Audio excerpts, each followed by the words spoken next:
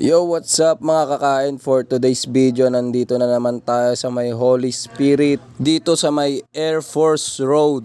Meron daw ditong konyelo na pinagkakaguluhan at kitang-kita mo naman guys, oh, yung mga lata, nakahilera.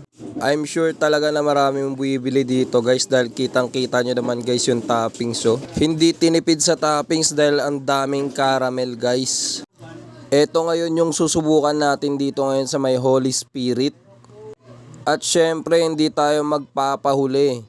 O-order tayo at titikman natin tong konyelo na to. Bali ang in-order namin is banana konyelo. Hindi siya nakakapagtaka na masarap dahil kitang-kita mo naman guys o yung mga lata. Biruin nyo guys, araw-araw may mga nakahilerang lata sa harapan nila dahil sa dami ng bumibili na itong konyelo na to guys. At dahil napakainit ngayong gabi, sinubukan naming bumili nito.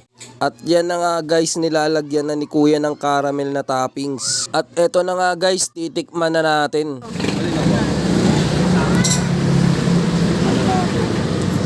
Hindi pa mahalo eh.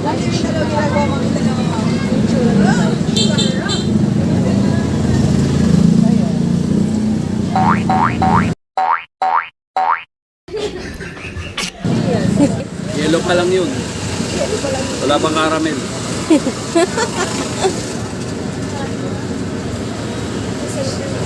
Samahan natin ng may mangga. Ay, mangga tulo. Banana pala to. Saging pala, saging.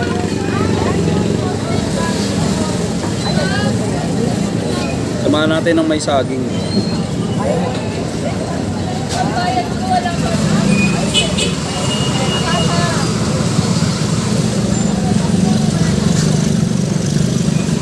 Grabe yung twist ng lasa niya, may caramel.